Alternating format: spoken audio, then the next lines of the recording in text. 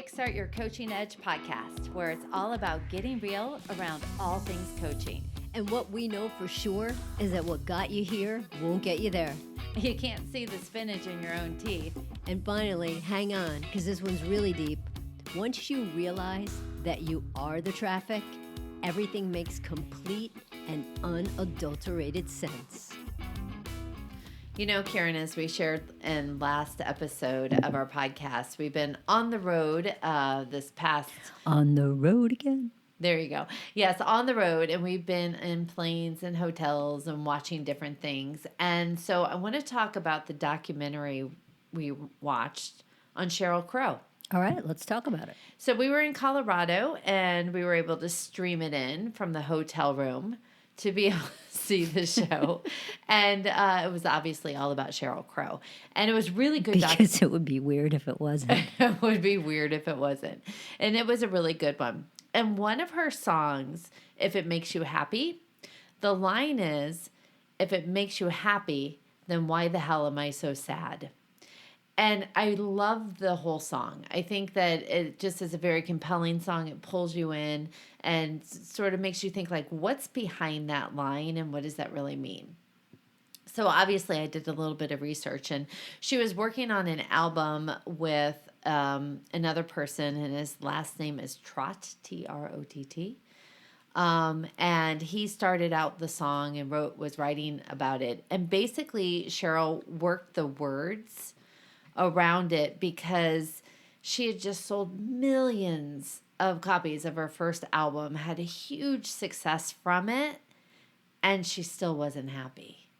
Oh. Yeah, and it's interesting because so many times I think in life we put our happiness on an external outcome. And when this happens, then I'll be happy. So for Sheryl, when I sell 1 million records, then I'll be happy. Maybe not. And people do that all the time.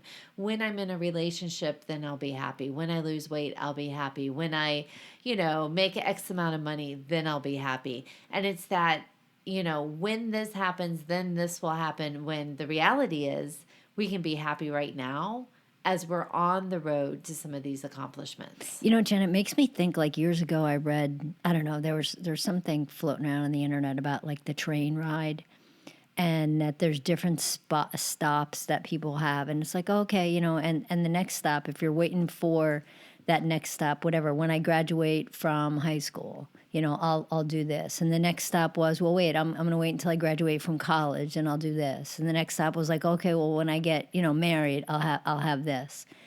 And it's like the thing at the end of it was just like, okay, you're dying, and the whole time you're on the train, it's like you're waiting for that next thing to feel successful or to feel happy or to feel whatever it is that you're feeling. And like you just said, you have the opportunity at any moment to be happy if happiness is what you're looking for, right? It's almost like when we talked a couple of weeks back about the self-love thing, right? If you're chasing that all the time, and if you're chasing happiness and you're chasing these things, it's exhausting.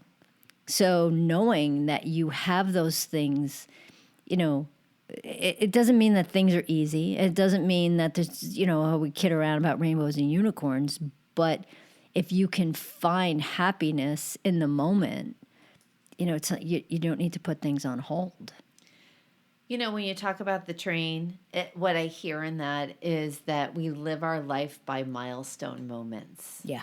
Right? So we have these different milestones that should dictate where we are, how we feel, and what's happening. It's really the journey between the milestones that can be filled with the desired feelings, emotions, and way of looking at life that we want it to be. Right. So you get to, if we're going to go back to a train kind of metaphor, right? You get to dictate what your train ride is, right? Get off the train. And maybe it's just that, right? Getting off the train and all those amazing stops, instead of just looking at them, from a window. I was like, oh yeah, there's a pretty field, right? There's some great mountains. Well, get the hell off the train, experience the mountains. Get off the train, experience the wildflowers, whatever that actually is.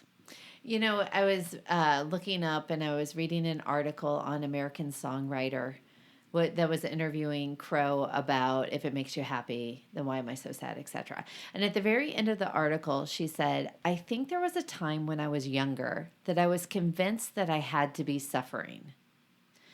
It just goes to show you, you can always be inspired. If you just are consciously open to your surroundings and present and noticing and just taking notice of all the things that matter.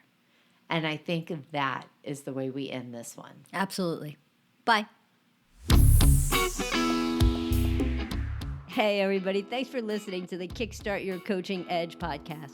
Craving more in-depth discussions? Check out the Get Real Inner Circle with our no BS in-crowd of coaches. Join live coaching discussions, breakdowns of coaching calls, and have some fun while you're at it. You're going to want to go to kickstartyyouredge.com/inner circle. It's time to get real.